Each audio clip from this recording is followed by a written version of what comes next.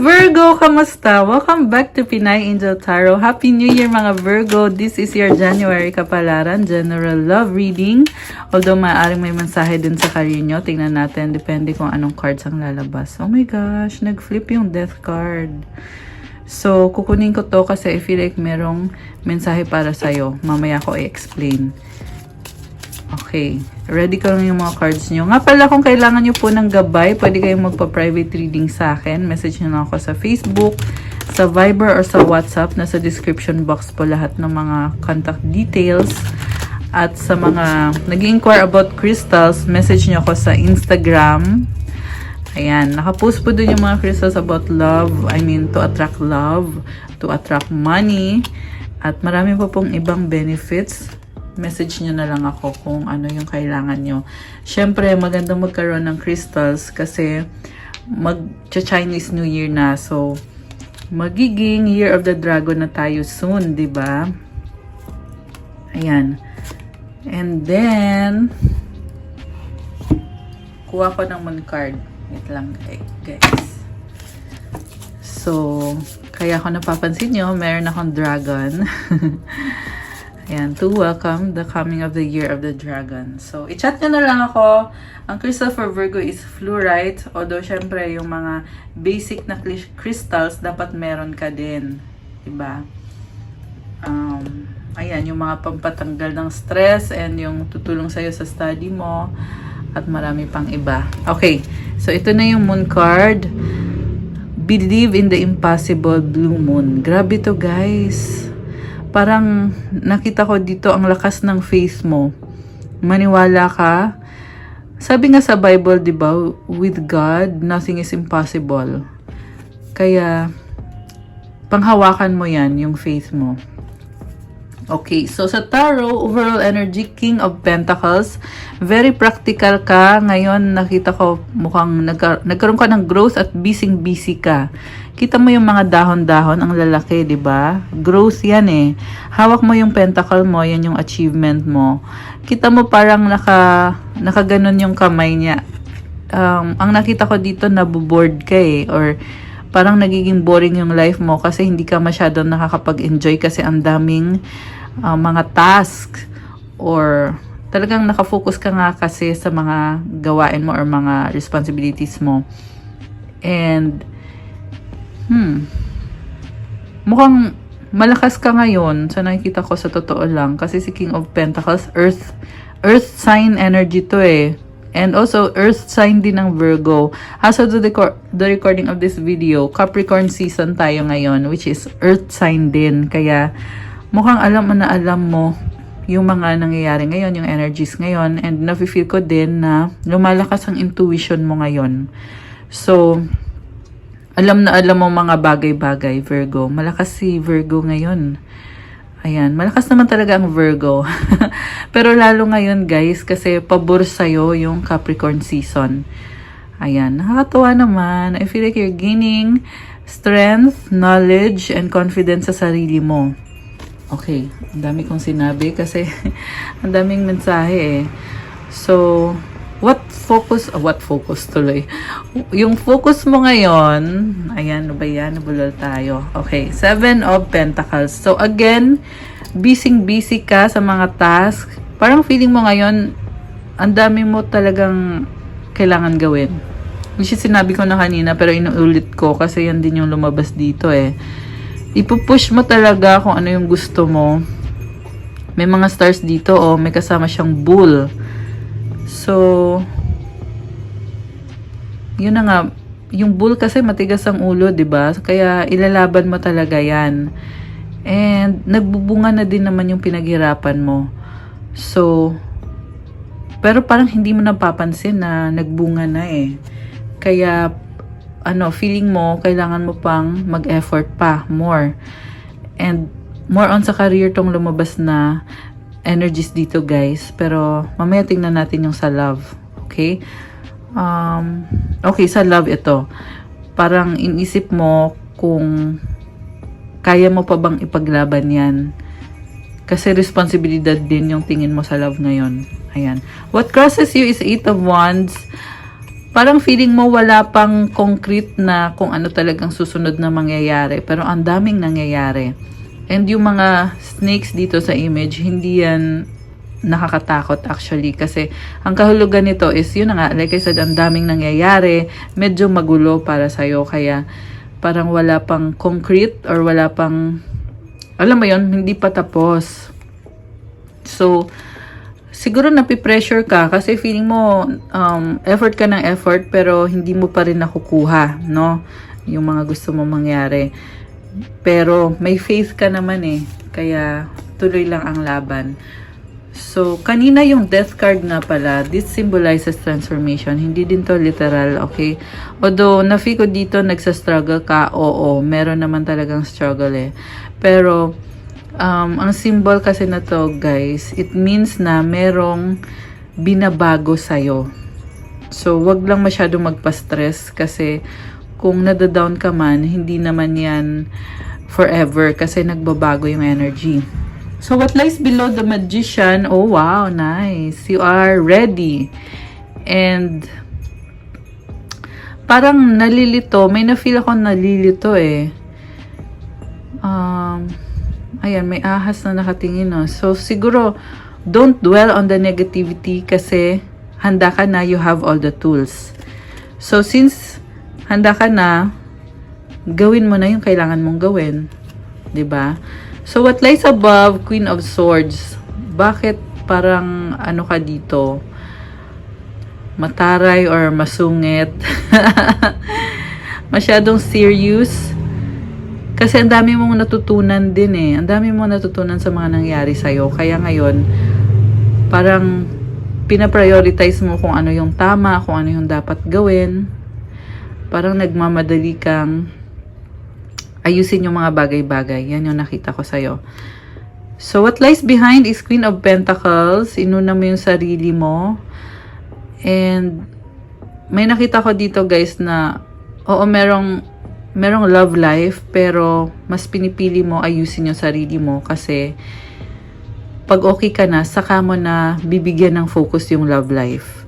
Kaya din siguro puro about money yung lumabas dito sa cards, about achievement, about career, kasi talaga nakafocus ka sa sarili mo, sa kung anong kailangan mong gawin.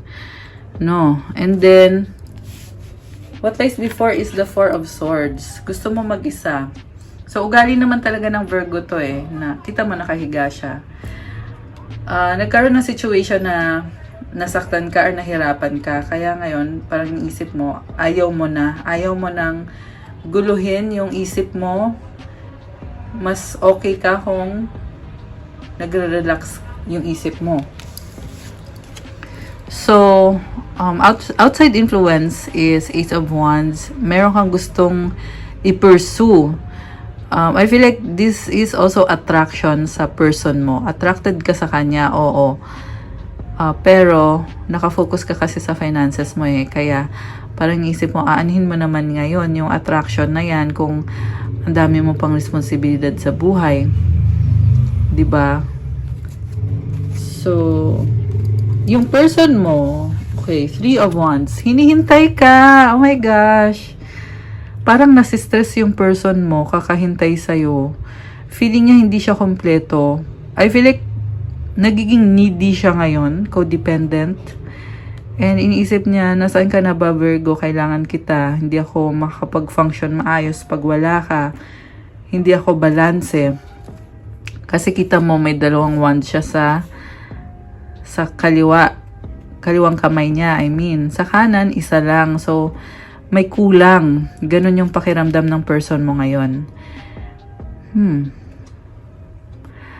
Ano din siya, parang medyo emotional din siya ngayon. Connected siya sa emotions niya. Ayan, kita mo merong crescent moon. 'Di ba? And then, mutual energies, the Hangman, and the outcome is King of Cups. Oh my gosh. Pareho kayong nagsasacrifice and tinitingnan nyo sa ibang angulo yung sitwasyon, pinag-aaralan nyo. So, siguro dati, very, showy kayo sa mga feelings nyo. Pero ngayon, pinag-iisipan nyo ulit. And, siguro sinasacrifice nyo is yung relationship nyo. yung time nyo sa isa't isa kasi nga inuuna nyo yung mga priorities, yung finances nyo. And then the outcome, nakikita ko dito maraming opportunities sa totoo lang. Meron naman palang excitement, hindi naman pala ganun ka-boring. And sabi din dito guys na malalim yung pagmamahal mo sa taong yan. Kaya it's so nice, sobrang nakakatuwa. Kaya naman pala din hinihintay ka niya kasi alam niya na mahal mo siya. Ayan, grabe. So, bakit parang nag-struggle ka sa ano mo, sa finances mo or sa career mo na feeling mo kailangan mo mag-effort more? So, Ace of Elixirs, Nine of Cups, the Magician. Kasi may bagong simula and may mga pangarap ka. Ang ganda naman pala nito, may mga pangarap ka. So, again, lumabas yung Magician. Wow, the Lovers. So, may energy dito ng soulmate. And, malalim na connection. Meron kang pangarap para sa inyo na yan yung tinatry mong ma-achieve. Sa ngayon, hindi mo pa nakukuha, pero okay ka naman. Sobrang saya nga ng buhay mo ngayon. Kontento ka. At the same time, nagmamanifest ka. Ay, ang ganda ng card. Daming stars. So, the Magician is about creating a life and a future para sa inyo. 11:33 on the clock. Ayan, may mga angel numbers tayo, guys. Kaya mo yan, Virgo. Kayang-kaya mo yan. Kasi meron ka talagang goal eh. Meron kang target na hindi mo pa nakukuha. Pero Magician ka, ima-manifest mo, aayusin mo yan. Dahil merong Lovers na energy dito. Ito yung taong mahal mo at mahal ka din. Nagmamahalan kayo. Okay. Gusto kong i-clarify. Ano tong transformation na pinagdadaanan mo? Kasi kanina lumabas yung Death card, diba? Nag-flip. Okay. Four of Keys ulit. So, equivalent to sa Four of Swords. Ugali talaga to ng Virgo. Ayan, nasabi ko na kanina, inulit ko na naman. Kasi lumabas ulit eh. Siyempre, kailangan ko ulit sabihin na gusto mo mag-isa, ayaw mong maraming iniisip or may problema. Gusto mo kalmado yung isip mo at balanse. Alright. And then, Justice. Two of Cups, Ace of Keys. So, ito na nga yung sinasabi ko about balance. Grabe, lumabas talaga, oh. Kakasabi ko lang about balance, eh. Tapos, lumabas tong Justice card. Feel like pinaglalaban mo kung anong fair, kung anong tama. May nakita kong kontrata or commitment. Bagong idea. May nakita din akong legalities dito, guys. So, siguro, meron kayong inaayos. Makukuha nyo naman positive na outcome yung nakikita ko dito connected sa contract. Yung iba siguro nag-iisip about commitment na gagawing legal, baka gusto nyo magpakasal and kailangan nyo yan eh, kailangan nyo ng legality sa relationship nyo. And sa nakikita ko dito, yeah, kaya naman, parang may smiley, oh. Ayan, so siguro happy ka. Oo, happy ka sa mga pangarap mo. And nakakatuwa. Ayan, kita mo yung dalawang cups. Ayan yung love nyo sa isa't isa na pinagsama. So there is commitment. And connected naman sa Death card. So siguro yan na nga yung tinatry mong ayusin. Kaya nagkakaroon ng transformation. Kasi long term na pangarap mo to eh. Ayan, yung commitment na yan, yung legalities na yan, magbe-benefit ka dyan ng pang long term. The Seeker, okay, so, kakasabi ko lang. Natawa ako guys, kasi kakasabi ko lang na long term, tapos lumabas to. Kita mo yung arrow, tsaka yung bow. Ibig sabihin malayo yung target mo. I mean, malaking pangarap to eh. Andun yung feeling na parang fresh na fresh to para sa'yo, bagong-bago. Kaya hindi mo maiwasan makapag-isip din na mag-workout kaya to. Pero kahit na iniisip mo yon, gagawin mo pa rin naman. Palaban kasi si Virgo eh. Gagawin mo talaga. Ayan. O, diba? And then, 10 of Pentacles sa bottom of the deck. This is legacy. Binibuild mo yung legacy mo. Very practical na energy. 4 of Pentacles. Hindi ka very risky. Hindi ka nagre-risk kasi pinoprotektahan mo din kung ano na yung mga na-achieve mo. Oh, nakita ko dito, nakakaramdam ka ng pagod, Virgo. And nababother ka sa mga tao sa paligid mo. May mga frustration ka din eh. Ayan, daming tao, merong pag-uusap. Pero, sa huli, nakita ko dito na you can create what you want. Ang ganda ng energy mo, lumabas yung Empress card. Okay. So, wag mo lang masyado i-bother yung sarili mo sa mga taong yan. Which is feeling ko, yun na nga yung ginagawa mo din. Na hindi ka masyado nagpapa-bother or nagpapa-istorbo. Kasi Empress ka eh. So, kumbaga, pwede mong gawin kung anong gusto mo. Okay. So, anong gusto natin i-clarify ngayon? Yung person mo. Ay, hindi. Ito munang Queen of Swords. Bakit parang malamig ka? Malamig nga ba? Or matalino lang? Clarify na lang natin para malaman natin. Bakit andito yung Queen of Swords? Queen of Elixirs. Oh, sabi ko na eh. Mahal mo siya eh. Hindi naman sa malamig ka, pero focus ka lang talaga ngayon. 7 of Cups. Oh, ang daming options. Daming pangarap. Prince of Elixirs. Meron kang tinitingnan na opportunity. Ang ganda ng cards na to, guys. Baka may kadi kayong water sign, Cancer, Pisces, Scorpio.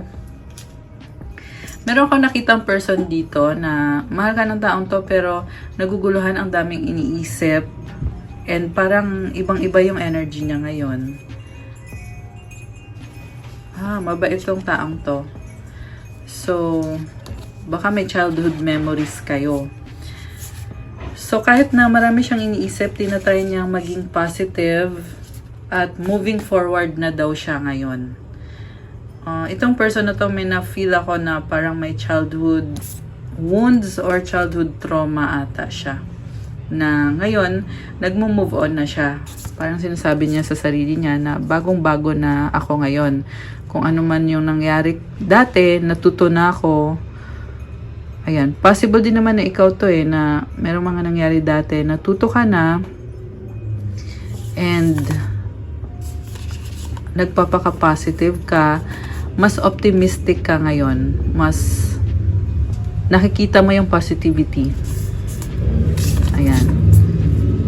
So, may lumabas na about sa, anyway, tuloy natin. Gusto kong i-clarify yung person mo. Okay, bakit? Hindi siya mapakali. 10 of Keys, the Judgment card. 7 of Candles. 10 of Candles. Bakit? May nakita ko dito na parang, ano kaya to? Merong ending kasi, guys eh. Ending, bagong simula. Tapos, sa bagong energy na to, nagsaset siya ng boundaries. 5 of Cups. May nakita kong emotional, umiiyak. Ayan, nagfo-flow yung emotions. Parang, siguro, go with the flow siya sa nararamdaman niya. Baka water sign nga, Pisces, Cancer, Pisces, or Scorpio. Ayan, although this can be any sign naman. Oh, Sun. So, mayroon ding positivity. Kumbaga, kahit na merong nagbago dito, ayan, and I feel connected to sa death card na lumabas, which is transformation. Kasi lumabas yung Sun eh. So, yan na yung bagong simula. And nakikita ko na yung person mo ngayon, kahit nangyari lahat ng yan, siya na din mismo yung aayos ng sitwasyon niya. Ayan. So, nagkaroon din siya ng clarity dito. Kasi Sun is also about clarity. Pero may nakita kong healing, guys. Na nahi-heal siya, or hinihil niya yung sarili niya, or hinihil niya yung sitwasyon. Which is blessing yun. Kasi nakita ko parang nagkaroon siya ng burden eh. 'Di ba? So kaya kailangan niyang baguhin yung sitwasyon, ayusin yung sarili niya, i-heal yung sarili niya on the emotional and baka sa spiritual din. So, anong outcome? The Moon. Okay, may tumalon na card. The Oracle, Prince of Candles, and the Eight of Keys.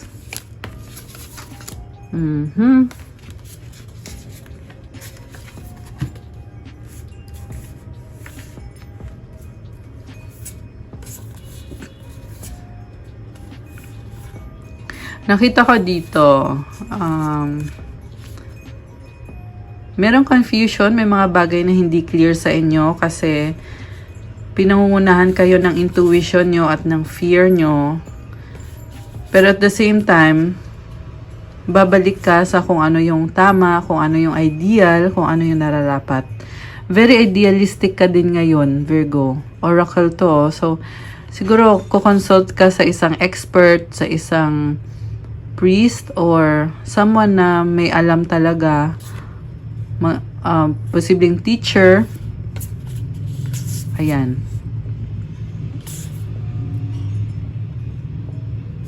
Kasi nagsastruggle ka kung anong gagawin mo sa sitwasyon. Kaya, nakita ko dito parang magpapatulong ka someone na magbibigay ng idea sa'yo. Or baka nag-aaral ka. Ayan. Kasi may nakita akong libro. Okay. Ano pang energies dito? Five of Candles. Oh! Magnum Opus. Seven of Pentacles. And then the Strength card. So, ito Virgo. I feel like this is the outcome. Medyo pressured ka ngayon. Pero sa totoo lang, ang ganda ng energy mo. Oo, andyan din yung pressure. Parang nagsabay-sabay. And sabi lang naman dito na just keep going. Yung pressure hindi daw mawawala yan. Ang mahalaga ipagpatuloy mo kasi naniniwala ka sa gusto mo ma-achieve sa buhay mo para sa sarili mo. At para na din sa person na involved dito. Ito, nag-e-effort ka pa rin. Seven of Pentacles ulit. Strength card. Oh my gosh. So, ito yung last card. Inner strength. Courage. And deep inside, alam mo na ma-overcome mo ito. Yung iba kasi merong conflict guys eh. As in maraming tao talaga na medyo magulo, no? So siguro na feel mo sa paligid mo ngayon na ang gulo naman ng mga taong to. Pero kahit na magulo sila, ilalaban mo kung ano yung dapat, kung ano yung tama. Kasi naniniwala ka. And kaya mo ikalma yung sarili mo kasi malakas ang loob mo. You have strength sa loob mo. Ayan, I love this reading. Okay. Ano gustong sabihin ng person na connected sa'yo? Tingnan natin.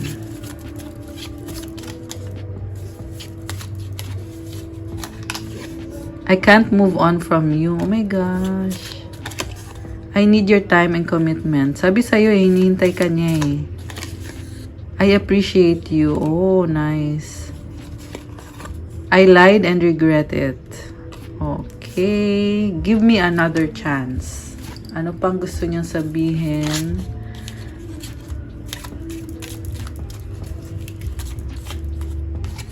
Attractive, sexy, hot. Oh my gosh. Ano pang gustong sabihin? Ikaw lang loyal. Nice. Nalilito, confused. Okay? Bakit nalilito? Oops. Kasi nag-iisip. Okay. Nag-iisip pala eh. Anong mensahe galing sa universe para kay Virgo?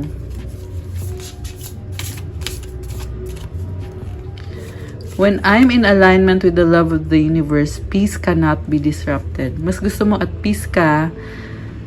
At nangyayari yon kapag connected ka sa love, sa universe. Ayan. So, connected pa rin to sa faith mo. Sabi nga kanina, believe in the impossible. Blue moon, di ba? Yun yung moon card mo. Ayan. Okay guys, that's all I have for you Virgo for your January kapalaran. Thank you for watching. I-like nyo na tong video na to. Comment kung nag-resonate. And Kung kailangan nyo ng gabay, message nyo ako sa Facebook page ko, Pinay Angel Tarot, or sa Viber or sa WhatsApp. Nasa description box po yung contact details ko. And for those na nagtatanong about crystals, check nyo sa Instagram ko at i-message nyo na lang din po ako. Happy New Year again, Virgo! Have a good day! And I really hope na nagustuhan nyo yung reading. Let me know sa comments. Stay safe, guys. I'll see you again soon, and God bless. Bye!